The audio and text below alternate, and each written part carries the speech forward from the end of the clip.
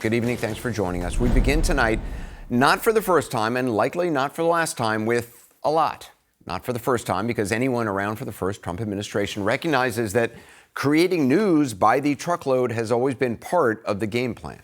All we have to do is flood the zone. Every day we hit them with three things. They'll bite on one and we'll get all of our stuff done. Bang, bang, bang.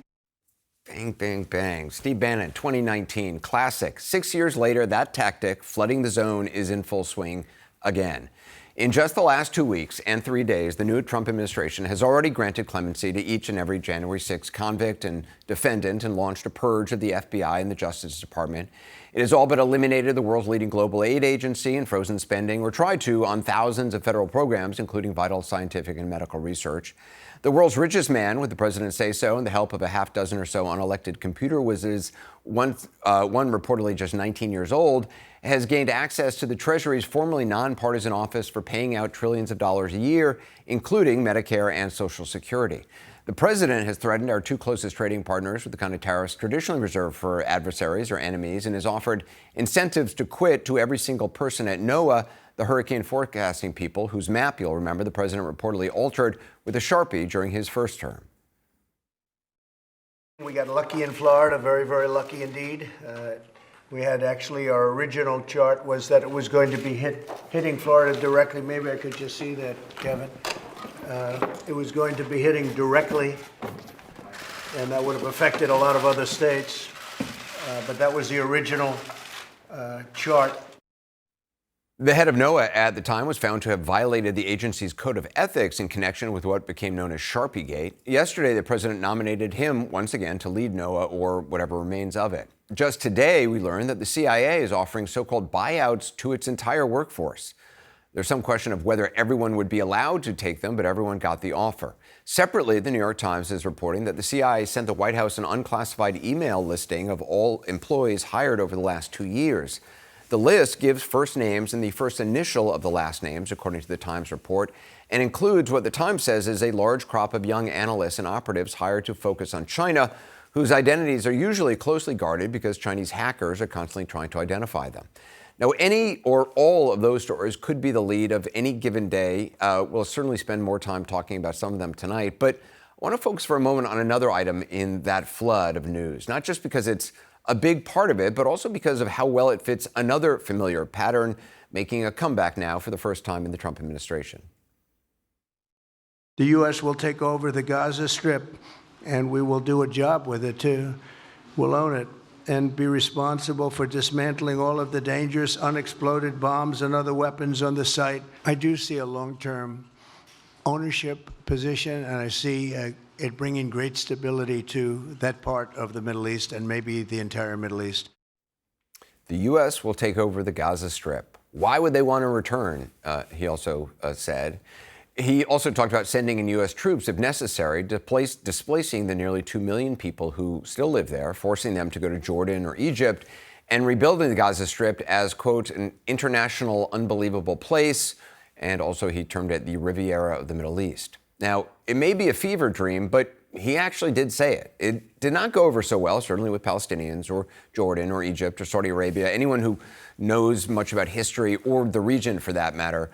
This is not the first time, though, President Trump has been opining about beachfront property in surprising places. You may remember, he used to extol the virtues of North Korea's potential as well. But in relation to his new plan for Gaza, in a pattern eerily similar to the first administration, people around the president spent today trying to say he did not actually say what he said, or if he did, his words did not mean what those words actually mean. Those same people said what he said was brilliant, by the way, of course, one of those kind of four-dimensional chess moves. Here's his press secretary today. Let me just take a step back here, because this is an out-of-the-box idea. That's who President Trump is. That does not mean boots on the ground in Gaza. It does not mean American taxpayers will be funding this effort. It means Donald Trump, who is the best deal maker on the planet, is going to strike a deal with our partners in the region. Now, keep it honest, the president gave no indication this was some sort of opening offer. As for boots on the ground, if only someone had asked him about that. And it turns out they did. And here's his actual answer. As far as Gaza is concerned, we'll do what is necessary. If it's necessary, we'll do that. We're going to take over that piece, and we're going to develop it, create thousands and thousands of jobs, and it'll be something that the entire Middle East can be very proud of.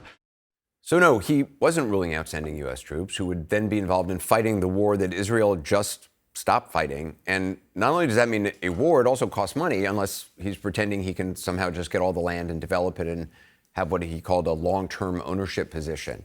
And are U.S. taxpayers funding that? Is that a private Trump organization development? Will there be a new Trump university there? Did the president simply not mean a word of what he said? His Secretary of State seems to think he didn't mean it when he said on 3 separate occasions yesterday that the people in Gaza would have to find homes elsewhere. So what he's very generously has offered is the ability of the United States to go in and help with debris removal, help with munitions removal, help with reconstruction, the rebuilding of homes and businesses and things of this nature, so that then people can move back in. That's what he said, according to the new Secretary of State, Marco Rubio.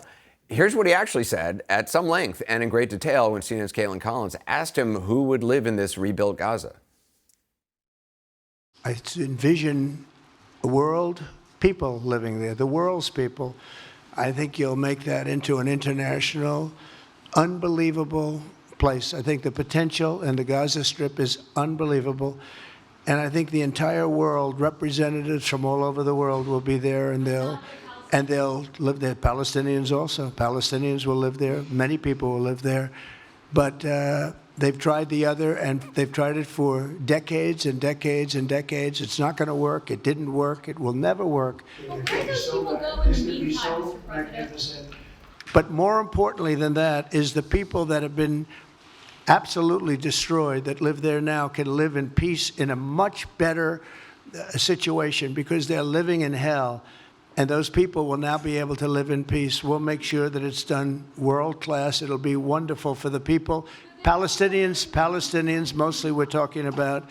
And I have a feeling that despite them saying no, I have a feeling that the king in Jordan and that the general president, but that the general in Egypt will open their hearts and will give us the kind of land that we need to get this done. So it doesn't sound like what Secretary of State Rubio says the president said. But if you're looking for more clarity, here's what the president said just a couple hours earlier in the day. I don't think people should be going back to Gaza. I think that Gaza has been very unlucky for them. They've lived like hell. They lived like you're living in hell. And it could be Jordan, it could be Egypt, it could be other countries. And you could build 4 or 5 or 6 areas. It doesn't have to be one area. But you take certain areas and you build really good quality housing, like a beautiful town, like someplace where they can live and not die. Netanyahu just sitting there. There it is. I don't think people should be going back to Gaza. That's what the president of the United States plainly said about nearly 2 million people, and what the people around him now say he did not say. New zone, fresh flood, same playbook.